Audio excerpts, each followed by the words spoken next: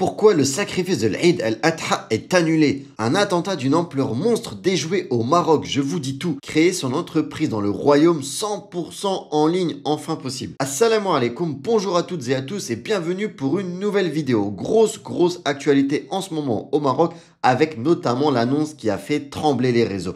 L'annulation du sacrifice de l'Eid al-Adha, mais attention, il n'y a pas que ça. Petit rappel, parce que j'ai oublié de le mentionner la semaine dernière, l'application Vivre d'Alija a reçu une sacrée mise à jour avec une nouveauté dont vous étiez nombreux à demander. Celle d'avoir enfin une image associée au mot. C'est fait avec le mot du jour. Déjà disponible sur vos stores iPhone et Android, où chaque jour vous allez apprendre un nouveau mot en devinant sa traduction à l'aide de l'image, afin d'en apprendre davantage sur la Darija marocaine. N'hésitez pas à me dire en commentaire quels sont vos besoins en apprentissage, c'est très important que l'application évolue en fonction de vos demandes.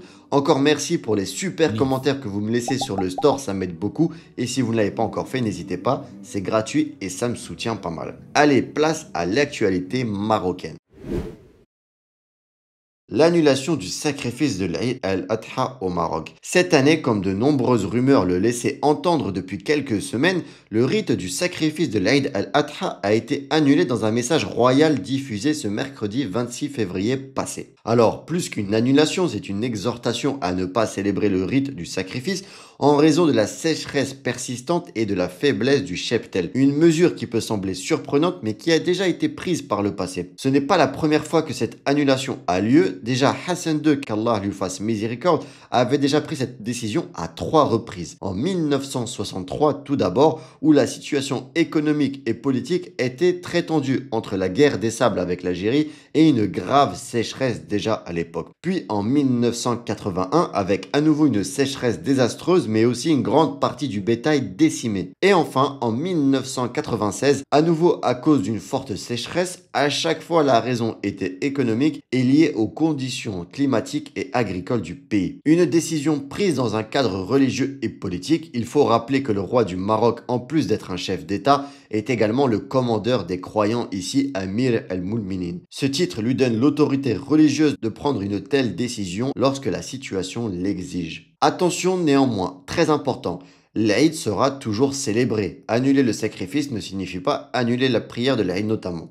Donc la prière sera bien maintenue et observée, bien entendu. Les jours fériés seront toujours respectés par les administrations et les écoles notamment, mais aussi par de nombreuses entreprises privées. Les familles marocaines vont continuer à se réunir et d'ailleurs dans le message royal, une partie du discours est réservée à l'importance d'entretenir et de renforcer les liens familiaux durant cette période. Enfin, les actes de charité et de solidarité prendront encore plus de place cette année avec des aides aux plus démunis, avec des distributions alimentaires et des dons financiers pour les nécessiteux. Je l'ai vu sur mes différents réseaux, beaucoup de gens étaient surpris et surtout beaucoup n'étaient même pas au courant que cette décision avait déjà été prise par le passé. Et vous, qu'en pensez-vous? Dites-moi tout en commentaire. On va tout de suite parler de la deuxième forte actualité avant d'enchaîner ensuite avec le très gros attentat déjoué au Maroc.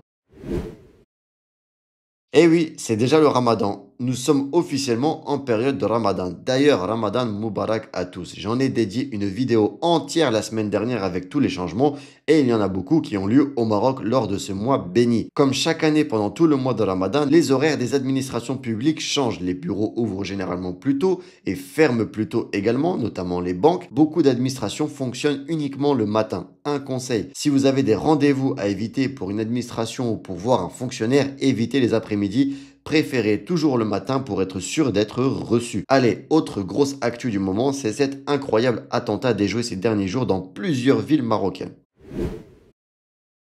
Un gros coup de filet a eu lieu au Maroc le 19 février dernier. Les forces de sécurité ont réussi à démanteler une cellule terroriste affiliée à Daesh avant qu'elle ne passe à l'action. Une opération de grande ampleur. L'intervention s'est déroulée simultanément dans 9 villes, dont Tanger, Casablanca, Fès et Tasmena. Les moyens déployés, eh bien les autorités n'ont pas fait les choses à moitié. Drones de reconnaissance, véhicules blindés, unités cynotechniques, c'est-à-dire les chiens spécialisés. Selon les termes des forces de sécurité et les différents journaux que j'ai pu lire, il s'agissait d'un projet d'attentat majeur. Cette opération a permis d'éviter un drame confirmant une fois de plus que le Maroc est un des pays les plus actifs en matière de lutte antiterroriste en Afrique. Et je pense que même vous, à l'étranger ou non, vous connaissez la réputation des RG marocains, leur efficacité n'est plus à prouver. Je ne sais pas si vous avez entendu parler de cette info, mais en tout cas, bravo aux forces de l'ordre pour leur vigilance, alhamdulillah, qu'Allah préserve ce pays. Vous me direz tout en commentaire. Dans un registre moins grave mais tout aussi important, la création d'entreprises au Maroc va enfin être facilitée pour tous ceux qui souhaitent entreprendre. Et oui, écoute bien ça.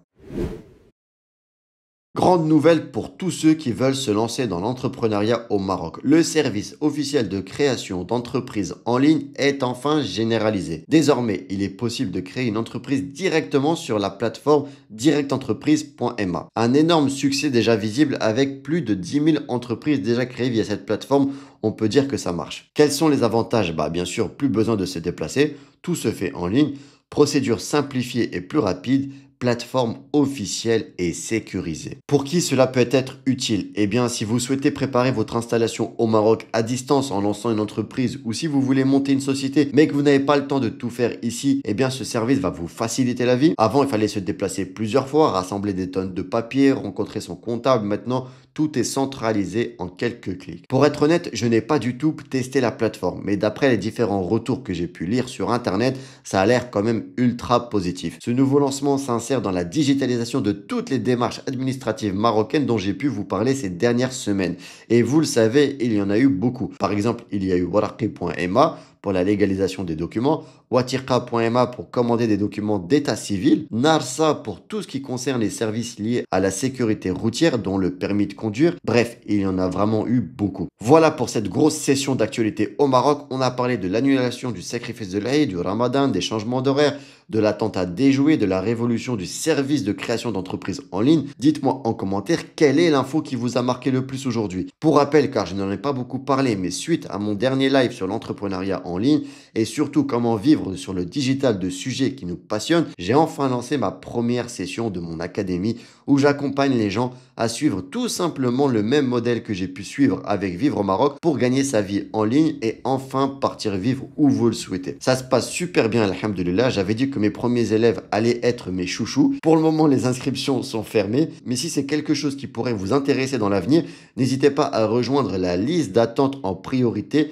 Le lien est dans la bio ou en description. Si cette vidéo vous a plu, n'oubliez surtout pas de liker, de commenter et de partager pour soutenir la chaîne, c'est très important. Et bien sûr, abonnez-vous à Vivre au Maroc pour ne rien rater des prochaines vidéos. Si vous êtes toujours intéressé pour vivre au Maroc, je vous laisse avec une playlist de toutes les interviews que j'ai pu faire de gens qui ont réussi leur installation dans le royaume. Choisissez celle qui vous plaît et écoutez leur histoire incroyable.